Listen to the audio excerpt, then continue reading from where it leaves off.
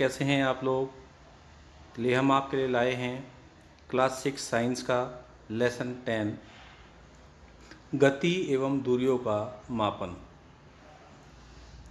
तो हम इससे अवगत हो जाते हैं, थोड़ा इसको जान लेते हैं। तो सबसे पहले वर्तुल गति। वर्तुल गति में कोई वस्तु इस प्रकार गति करती है कि इस वस्तु की किसी नियत बिंदु से दूरी समान रहती है। ठीक है, सबसे पहले तो हम जान लेते हैं कि गति क्या है। आपने देखा होगा, अपने आसपास हम लोग चलते हैं, बॉल लुढ़कती है, साइकिल चलती है, बसें चलती हैं, गाड़ियाँ चलती हैं, तो ये सब किस में कहलाती हैं? गति अवस्था में कहलाती है। और दूसरी अवस्था होती है विराम अवस्था, यानी कि एक स्थान पर रुके रहना। यानी कि जिस वस्तु में जो विस्थापन कर रही है, एक स्थान से दूसरे स्थान पर जा रही है, तो वह गति में कहलाती है। दूसरा दूरी। तो गतियाँ कई प्रकार की होती हैं, समान गति, असमान गति। क्लास 9th में आप इसको जानेंगे, समझेंगे। और वक्रीय गति, अपनी धुरी पर घूमना, घूर्णन गति। तो हम बात करते हैं दूरी की। एक स्थान से दूसरे स्थान के बीच के अंतराल को दूरी कहते हैं। यानी कि एक स्थान से हम जैसे एक स्थान पर हैं ए पर, और यहाँ से गति करके हम यहाँ पहुँच गए इस बी पर, तो इसके और इसके बीच की जो है ये क्या कहलाएगी? डिस्टेंस, यानी कि दूरी कहलाती है। समझ में आया बच्चों?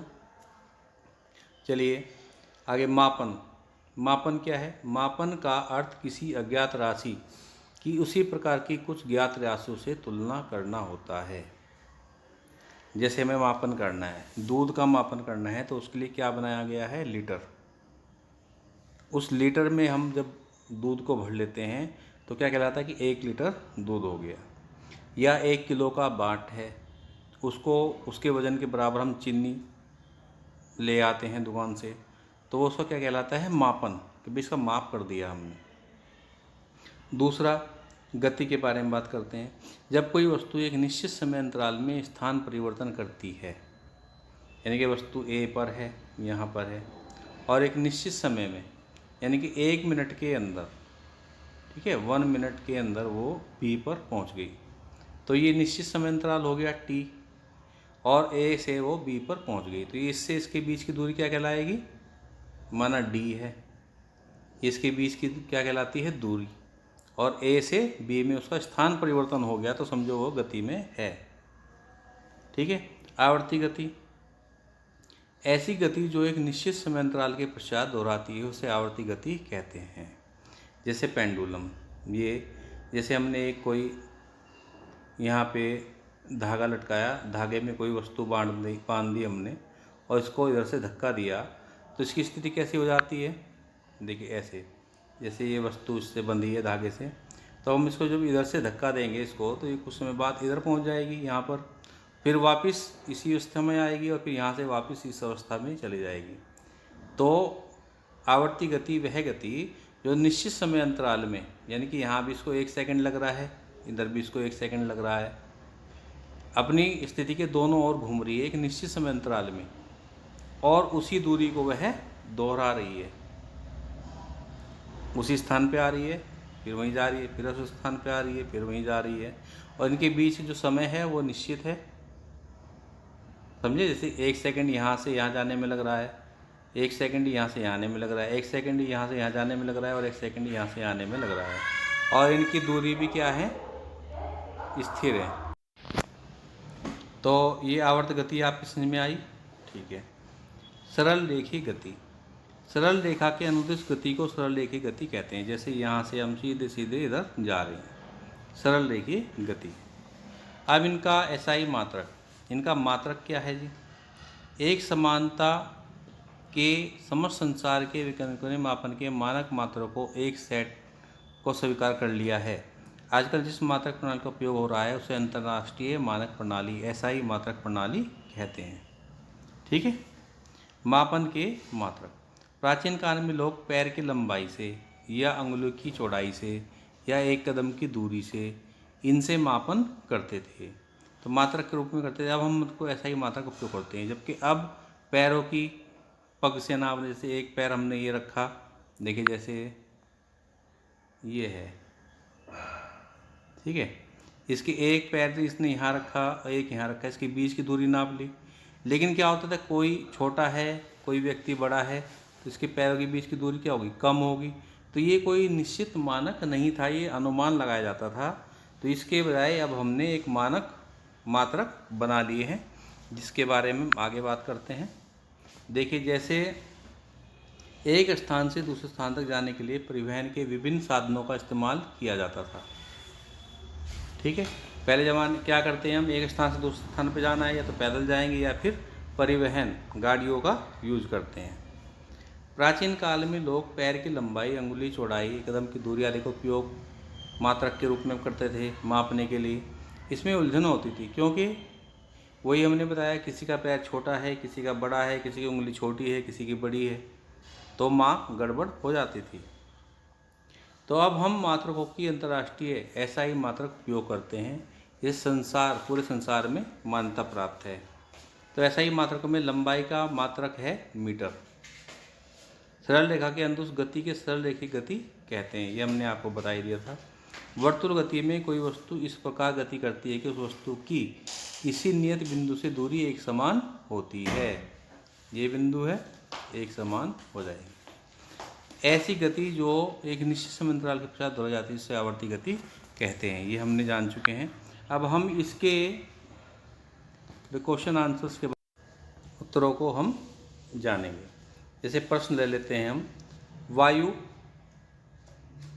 जल तथा थल पर, वायु में यानी कि हवा में, जल में और थल मतलब पृथ्वी पर उपयोग किए जाने वाले परिवहन के साधनों के प्रत्येक 2 उदाहरण लिखिए। तो वायु में कौन कौन से होते हैं जी, हवाई जहाज और ग्लाइडर। जल में कौन कौन से होते हैं, नाव और समुद्री जहाज। थल में यानी पृथ्वी पर बस हैं, कार हैं, इसमें तो और भी उदाहरण बहुत से हैं, लेकिन हमें 2 ही यहाँ लेने हैं। क्वेश्चन नंबर 2, रिक्त स्थानों की पूर्ति कीजिए, फिल इन द ब्लैंक्स। क्या वाले में क्या बोल रहा है ये, 1 मीटर में सेंटीमीटर होते हैं, तो 1 मीटर में 100 सेंटीमीटर होते हैं। मीटर बड़ी इकाई है, सेंटीमीटर छोटी है। अब दूसरा कह रहा है 5 किलोमीटर में मीटर होते हैं। अब आप देखिए, 1 किलोमीटर में कितने मीटर होते हैं, 1000। तो 5 में कितने होंगे, 5 से इसकी 1000 की गुना कर देंगे, तो कितने आ गए, 5000 मीटर। तो यहाँ हमारा उत्तर हो जाएगा 5000 मीटर।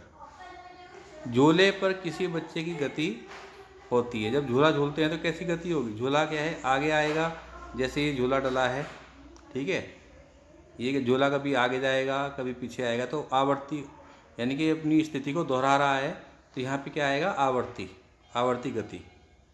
किसी सिलाई मशीन की सुई की गति कैसी होती है। जब वो सिलाई मशीन देखी है आपने, तो ये भी सिलाई की मशीन ऊपर नीचे उठती रहती है, आगे पीछे ऊपर नीचे की ओर उठती है, ठीक है, तो इसकी भी आवर्ती गति कहलाएगी। तो यहाँ पे आएगा आवर्ती गति। और अंग्रेह वाला देखते हैं, किसी साइकिल के पहिए की गति होती है, साइकिल के पहिए गति कैसी होती है जी, वर्तुल। वेरी गुड, तो यहाँ जाएगा वर्तुल गति। नेक्स्ट क्वेश्चन को हम देखते हैं, 3rd, पग या कदम, जैसे हम कदम बढ़ाते हैं उसको पग भी कहते हैं, उपयोग लंबाई के मानक मात्रक के रूप में क्यों नहीं किया जाता। ये पहले होता था, हमने बात की थी ना, तो कदम या पग को मात्रक के रूप में प्रयोग नहीं किया जाता, पहले करते थे, अब नहीं, क्योंकि प्रत्येक व्यक्ति के पग या कदम भिन्न भिन्न होते हैं, किसी के छोटे हैं, किसी के लंबे हैं, तो वो लंबाई भिन्न भिन्न हो जाती थी। ठीक है, अब हम आगे चलते हैं, आगे बढ़ते हैं इसमें क्वेश्चन नंबर 4 की ओर। क्वेश्चन नंबर 4 क्या कह रहा है, निम्नलिखित को लंबाई के बढ़ते परिमाणों में व्यवस्थित कीजिए। बढ़ते हुए यानी कि सबसे पहले छोटी इकाई, जैसे 1 मीटर दिया है, 1 सेंटीमीटर, 1 किलोमीटर, 1 मिलीमीटर, तो सबसे छोटी इकाई क्या है, सबसे छोटी इकाई है मिलीमीटर। उससे बड़ी कौन सी है, उससे बड़ी कौन सी है, बोलो बच्चों बताओ, सेंटीमीटर। उससे बड़ी कौन सी है? मीटर। उससे बड़ी है किलोमीटर। यानी कि किलोमीटर लंबाई की सबसे बड़ा मात्रक है किलोमीटर, उसके बाद मीटर, उसके बाद सेंटीमीटर, उसके बाद मिलीमीटर। तो हमें बढ़ते क्रम में लिखना है, तो छोटी इकाई सबसे पहले लिखनी है। तो यानी कि 1 मिलीमीटर, 1 मिलीमीटर हमने लिख दिया। ये देखिए यहाँ पे सबसे पहले 1 मिलीमीटर, फिर 1 सेंटीमीटर, 1 मीटर, फिर 1 किलोमीटर। इसके बीच में आप ऐसे निशान भी लगा सकते हैं। देखिए ऐसे वाला, ये जिस इसकी कॉर्नर होता है, ये तीर का निशान होता है, उधर छोटी इकाई और इसके अंदर वाला हिस्सा बड़ी, फिर इससे बड़ी मीटर, उससे बड़ी किलोमीटर। समझ में आया? तो नेक्स्ट क्वेश्चन की ओर बढ़ते हैं बच्चों। किसी व्यक्ति की लंबाई 1.65 मीटर है, इसे सेंटीमीटर या मिलीमीटर में व्यक्त करो। यानी कि मीटर क्या है? बड़ी इकाई। इसको साफ कर लेते हैं। मीटर क्या है? बड़ी इकाई है। इससे हमें छोटी इकाई बनानी है। मीटर से छोटी होती है सेंटीमीटर, उससे भी छोटी होती है मिलीमीटर। ठीक है। अब मीटर बड़ी है। 1 मीटर में हम जानते हैं कि 100 सेंटीमीटर होते हैं, और 1.65 में कितने होंगे? इसकी 100 से गुना कर देंगे। जो 100 से गुना करके आएगा, कितना आ गया? 100 जीरो जीरो यहाँ लगाए, 0.2 जीरो के बाद चली गई, तो 165 सेंटीमीटर। अब 1 मीटर को में मिलीमीटर बदलना है। 1 मीटर में कितने होते हैं? 1000 मिलीमीटर होते हैं। अब 1.65 को हम 1000 से गुना कर देंगे, तो 1650 मिलीमीटर। समझ में आया? नहीं तो एक बार फिर समझ लेते हैं। जैसे 1 मीटर को हमें 1.6 मीटर को सेंटीमीटर में बदलना है, और फिर उसको मिलीमीटर में भी बदलना है। अब हमने बताया कि 1 मीटर में 100 सेंटीमीटर होते हैं, और मिलीमीटर कितने होते हैं 1 मीटर में? 1000। तो हम पहले सेंटीमीटर की बात करते हैं, इस मिलीमीटर को छोड़ दो। तो 1 मीटर में 100 सेंटीमीटर, इसलिए पूछा कितने में? 1.65 मीटर में। तो 1.65 में 100 से गुना कर देंगे हम, तो जो भी सेंटीमीटर उत्तर आएगा वो 165 सेंटीमीटर होगा, वो हमारा उत्तर होगा। अब मिलीमीटर देखना है, तो 1 मीटर में होते हैं 1000 मिलीमीटर, और 1.65 में कितने होंगे? 1000 से उसको गुना कर देंगे, तो जो उत्तर आ जाएगा 1650 मिलीमीटर। समझ में आया? ठीक है, नेक्स्ट इसको ट्राई कीजिएगा। नेक्स्ट क्वेश्चन है, राधा के घर तथा उसके स्कूल के बीच की दूरी 3250 मीटर है। ठीक है जी। भाई उसका जो घर है और उसका स्कूल है वो कितनी दूर है, दूरी पर है? 3250, यानी कि 3250 किलोमीटर, सॉरी मीटर। इस दूरी को किलोमीटर में व्यक्त करना है। तो सीधी सी बात है, मीटर क्या है? छोटी इकाई, इसको बड़ी इकाई में बदलना है। जब बड़ी इकाई में बदलते हैं तो हमेशा भाग दे देते हैं किसने से। अब हम देखते हैं कि 1 किलोमीटर में कितने होते हैं जी? 1000 मीटर। और 1 मीटर में कितने हो जाएंगे? इस मीटर को हम कहाँ ले आए? 1 किलोमीटर में 1000 मीटर, और 1 मीटर में कितने होंगे? 1/1000 किलोमीटर, यानी कि 3250 मीटर को। सीधी सी बात है, ध्यान रखें आप, जब हमें किसी बड़ी इकाई से छोटी इकाई में बदलना होता है तो उसके मान से उसको गुना कर देते हैं, और जब किसी छोटी इकाई से बड़ी इकाई बनानी होती है तो उसको हम क्या कर देते हैं? भाग कर देते हैं उसकी मानक इकाई से। तो 3250 को हम 1000 से भाग कर देंगे। ठीक है। और जब हम भाग कर देंगे इतने से तो कितना आ जाएगा? 3.250 किलोमीटर। समझ में आया? तो इसको एक बार फिर आप देखिएगा और समझने की कोशिश कीजिएगा। नेक्स्ट क्वेश्चन, किसी स्वेटर बुनने की सिलाई की मशीन को मापते समय स्केल पर यदि इसके एक सिरे का पाठ्यांक 3.0 सेंटीमीटर, दूसरे सिरे का पाठ्यांक 33.1 सेंटीमीटर है, तो सिलाई की लंबाई कितनी होगी? तो सिलाई की लंबाई, दूसरे सिरे का पाठ्यांक पहले सिरे माइनस पहले सिरे का पाठ्यांक, तो जो दूसरे सिरे का पाठ्यांक है उसमें से पहले सिरे के पाठ्यांक को हम घटा देंगे। तो 33.1 माइनस 3 सेंटीमीटर, तो 33 में से 3 गए, 30.1 सेंटीमीटर हमारे पास बचा। नेक्स्ट क्वेश्चन, किसी चलती हुई साइकिल के पहिए तथा चलते हुए छत के पंखे की गतियों में समानताएं असमानताएं बताइए। देखिए, चलती हुई साइकिल या मोटरसाइकिल के पहिए में दो गतियाँ होती हैं। सरल रेखीय गति, भाई साइकिल सीधी चली जा रही, सरल रेखी भी है, और कहीं को घूम गई, गोल हो गई तो वर्तुल गति हो गई। वही छत के पंखे की मात्र एक ही गति होती है। भाई छत का पंखा जो सीलिंग फैन है वो तो गोल गोल ही घूमता है ना, तो वो तो वर्तुल गति हो गई। और साइकिल की दो गति होगी, सीधी भी चल सकती है वो और घूम के भी चल सकती है। नेक्स्ट क्वेश्चन, आप दूरी मापने के लिए किसी प्रत्यास्थ मापक फीते का उपयोग क्यों नहीं करते? यदि आप किसी दूरी को प्रत्यास्थ फीते से मापें तो अपनी माप को किसी अन्य को बताने में आपको जो समस्याएं आएंगी उनमें से कुछ समस्याएं लिखिए। हम दूरी मापने के लिए प्रत्यास्थ मापक फीते का प्रयोग इसलिए नहीं कर सकते क्योंकि प्रत्यास्थ मापक द्वारा मापन के खींचने पर निर्भर करेगा, जिससे माप हर समय अलग अलग हो जाएगी। क्योंकि हम जितना मापक को खींचेंगे माप उतना ही परिवर्तित हो जाएगा। समझ में आया? दोस्तों, अगर हमने कभी टाइट खींच दिया जोर से तो माप अलग होगी, और खींचा ही नहीं उसको तो माप अलग होगी, इसलिए उसका प्रयोग नहीं करते, मतलब खींचने वाला फीता। नेक्स्ट, आवर्ती गति के दो उदाहरण लिखिए। आवर्ती गति के दो उदाहरण कौन से हैं? लोलक की गति, दूसरा है सितार की डोरियाँ। ठीक है, सितार देखा ना आपने, गिटार में तनी रहती हैं डोरियाँ, उनको हिलाएंगे तो आजू बाजू भागेंगी वो, फिर वहीं आ जाएंगी, यानी कि निश्चित समय अंतराल में निश्चित दूरी तय करेंगी, तो उनकी कौन सी गति होगी? आवर्ती गति कहलाएगी। तो इसको आप अच्छे से समझें और लाइक शेयर सब्सक्राइब जरूर करें। धन्यवाद। इसके साथ ही हम कुछ और परीक्षा उपयोगी प्रश्न आपके लिए लाए हैं। जैसे प्रश्न नंबर 1, अति प्राचीन काल में परिवहन का स्वरूप कैसा था?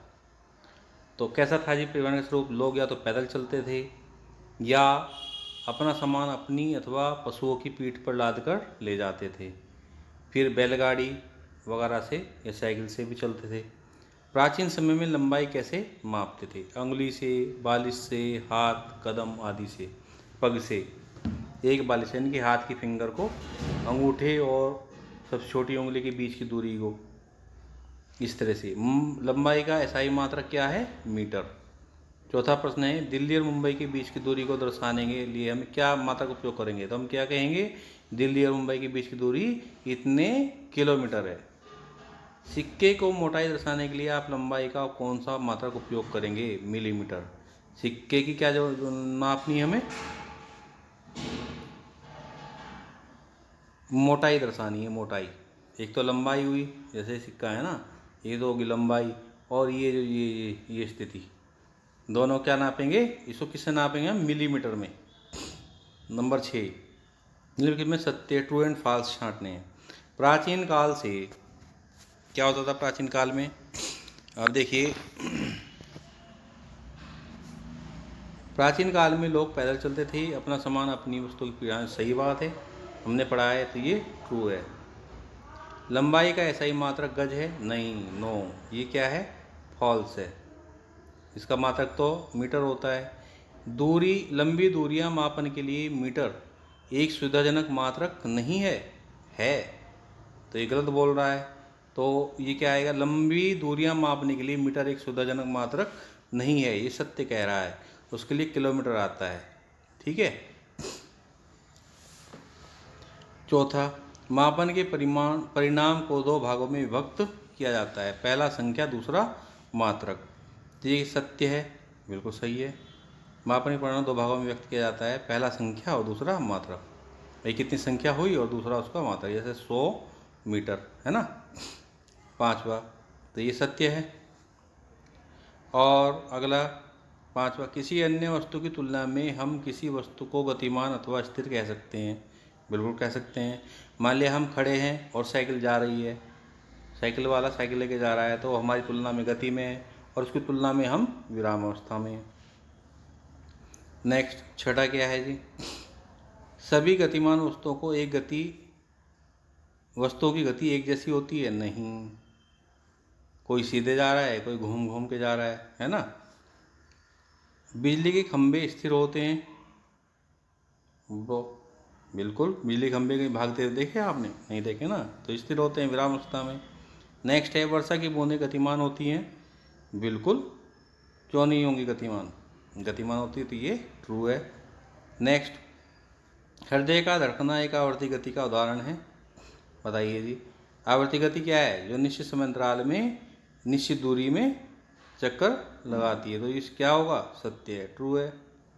नेक्स्ट, कुम्हार की चाक की गति। कुम्हार का चाक देखा है जिसमें कुम्हार बर्तन बनाते हैं, गोल गोल घूमता रहता है, तो उसकी गति कैसी है? घूर्णन गति है। यस, उसकी गति क्या है? एक ही दूरी पर वो घूम रहा है, तो उसकी गति ट्रू है। नेक्स्ट क्वेश्चन की ओर हम बढ़ते हैं। यदि आप इस चलती हुई बस में बैठे हुए हैं और आप विरामावस्था में हैं तो गति में हैं। हाँ बिल्कुल, ये देखो, हम तुलनात्मक गति है। अगर हम बस के अंदर बैठे हैं, जो वस्तुएं हमें दिख रही हैं चलती हुई, तो वो हम उनकी तुलना में क्या है? गति में है। लेकिन जो वस्तुएं, अगर जो हम बाहर हैं और बस चल रही है, तो हम किस में हैं? गति अवस्था। बस के अंदर बैठे अन्य यात्रियों की तुलना में हम अपनी स्थिति नहीं बदलते।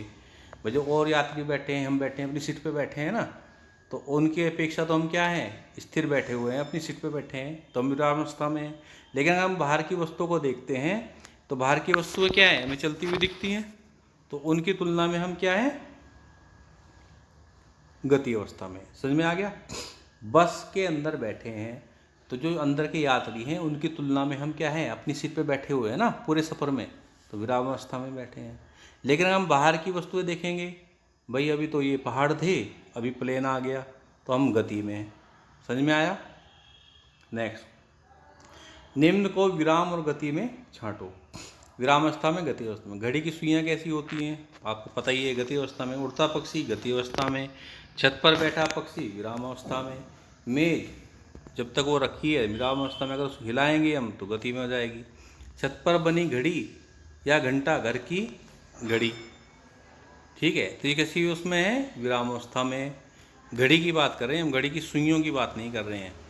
घड़ी की सुइयाँ तो गति अवस्था में है अगर वो चल रही है तो, और घड़ी की बात कर रहे हैं तो दीवार पे लगी हुई घड़ी है, तो विरामावस्था में ही तो है। ये ऐसा तो नहीं है कि एक दीवार से रात को इस दीवार पे थी, वो सुबह तक उठ के चल के इधर आ गई दूसरी दीवार पे, ऐसा नहीं होता है। तो घड़ी की अगर हम बात करें तो विरामावस्था में। घड़ी की सुइयाँ अगर चल रही है तो गति अवस्था में, और उसमें सेल नहीं है तो घड़ी की सुई भी विरामावस्था में हो जाएंगी। ठीक है। झूला, भाई झूला दो बातें हैं। अगर झूले में कोई झूल रहा है तो गति अवस्था में है, अगर रुका हुआ है तो वो विरामावस्था में है। बैलगाड़ी, बैलगाड़ी अगर खड़ी है एक ही जगह तो विरामावस्था में, अगर चल रही है तो वह गति अवस्था में। यहाँ इन दोनों में कन्फ्यूजन है। तो झूले पर झूलती हुई लड़की ऐसे लिखना चाहिए था, और चलती हुई बैलगाड़ी है ऐसे लिखना चाहिए था। ठीक है, इन दोनों बातों में समझ में आ गया। झूला अगर रुका हुआ है तो विरामावस्था में, झूले पे कोई झूल रहा है तो गति अवस्था में, बैलगाड़ी रुकी हुई है तो विरामावस्था में, बैलगाड़ी चल रही है, चलती बैलगाड़ी, वो गति अवस्था में।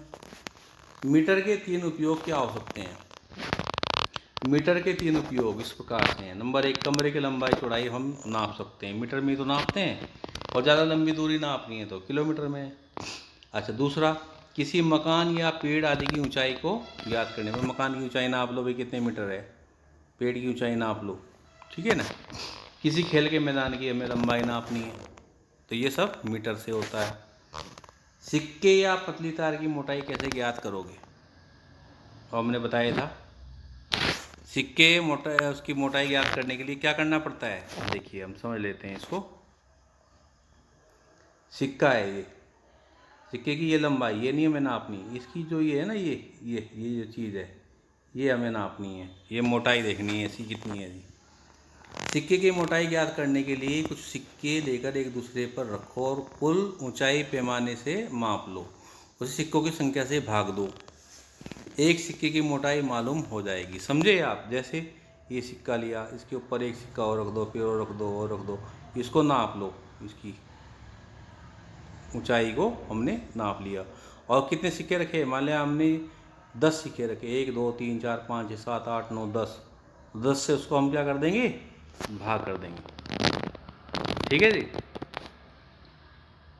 तो जो आएगी हमारे पास एक सिक्के की मोटाई आ जाएगी। जैसे ये रखे हुए हैं सिक्के, है ना, इसको नाप लिया और सिक्कों की संख्या से उसको भाग दे दो। या दूसरा तरीका है, इस प्रकार पतली तार को पेंसिल पर लपेट कर चक्रों की संख्या गिन लो। इस प्रकार बनी कुंडली को ऊंचाई ज्ञात करो, फिर कुल ऊंचाई को चक्रों की संख्या से भाग दो। एक चक्कर यानी तार की मोटाई आ जाएगी। तो तार की मोटाई भी हम ऐसे ज्ञात कर सकते हैं। तो चलिए ठीक है, उम्मीद है आपको पसंद आया होगा और आप इसको केयरफुली करें। तब तक के लिए धन्यवाद। Thank you.